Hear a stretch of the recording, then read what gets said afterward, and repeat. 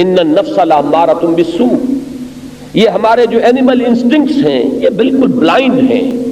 یہ حلال اور حرام کی تمیز نہیں رکھتے۔ پیٹ کو کھانے کو وہ مانگتا ہے، اسے اس سے غرض نہیں کہ جائز ہے ناجائز ہے حلال ہے حرام ہے۔ شہوت کا جذبہ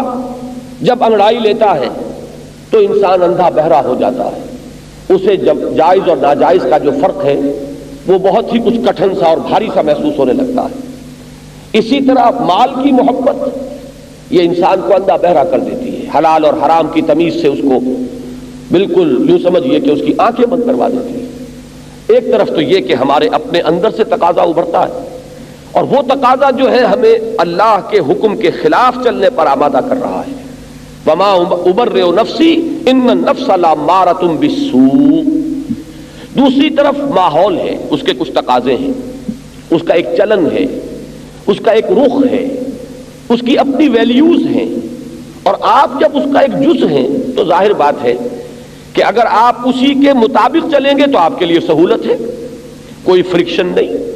کوئی تصادم نہیں، کہیں آپ کے لیے دقت نہیں۔ بالکل ایسے ہے کہ جیسے اگر کسی ڈائریکشن میں ایک موب موو کر رہا ہو، ایک بڑا ہجوم ہے جو ایک طرف کو چل رہا ہے، تو اس طرف چلنے میں آپ کے لیے کوئی دقت نہیں ہے، بلکہ وہ موب خود ہی آپ کو لے جائے گا، آپ کو خود زور لگانا بھی نہیں پڑے گا۔ لیکن اگر کہیں آپ کو کسی موب کے رخ کے خلاف چلنے کا تجربہ ہوا ہو تو آپ کو اندازہ ہے کہ بڑا کٹھن کام ہے، بلکہ بسا اوقات ایسا بھی ہوتا ہے کہ بڑی محنت کر کے آدمی 2 قدم بڑھاتا ہے ایک طرف کو، اور پھر کوئی ریلا آتا ہے اور 10 قدم پیچھے لے جاتا ہے۔ تو ماحول جو ہے اگر ناموافق ہے،